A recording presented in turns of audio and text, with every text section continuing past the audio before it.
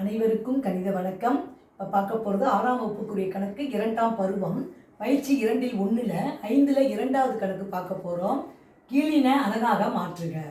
கீழின அலகு மேலிருந்து கீழின அலகாக மாற்றுறதுக்கு நம்ம என்ன செய்யணும்?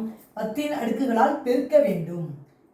அதாவது கீழின அலகாக மாற்றுவதற்கு மேலிருந்து கீழே வர்றதுக்கு நம்ம என்ன செய்யணும்? 10இனுடைய அடுக்குகளால் பெருக்க வேண்டும். அந்த விஷயம் தெரிஞ்சுக்கிட்டோம்னா இந்த கணக்கை ஈஸியாக போட்டுடலாம்.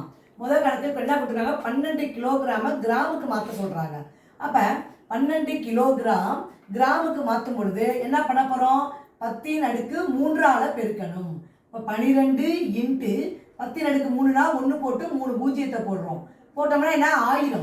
12ஐயும் 1000ஐயும் பெருக்கினால் 12000 கிராம். முதல் கொஸ்டினுக்கு ஆன்சர் 12000 கிராமு.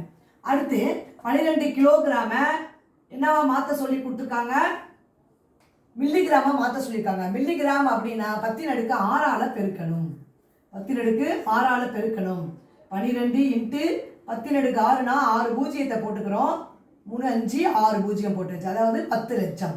இதை பெருக்கினால் வரக்கூடிய விடை என்னன்னு பாருங்க. 6 பூஜ்ஜியத்தை சேர்த்துக்கிறோம். 4 5 6. இப்போ கம்மா போட்டுட்டோம்னா என்ன வந்துடுது? 1,20,00,000 என்ன கேட்டிருக்காங்க? மில்லி கிராமாக மாற்றிருக்கிறோம். மில்லிகிராம் 10இன் அடுக்கு 6ஆல் பெருக்கினால் கிலோகிராம் என்பது மில்லிகிராமாக மாற்றி எழுதியிருக்கிறோம்.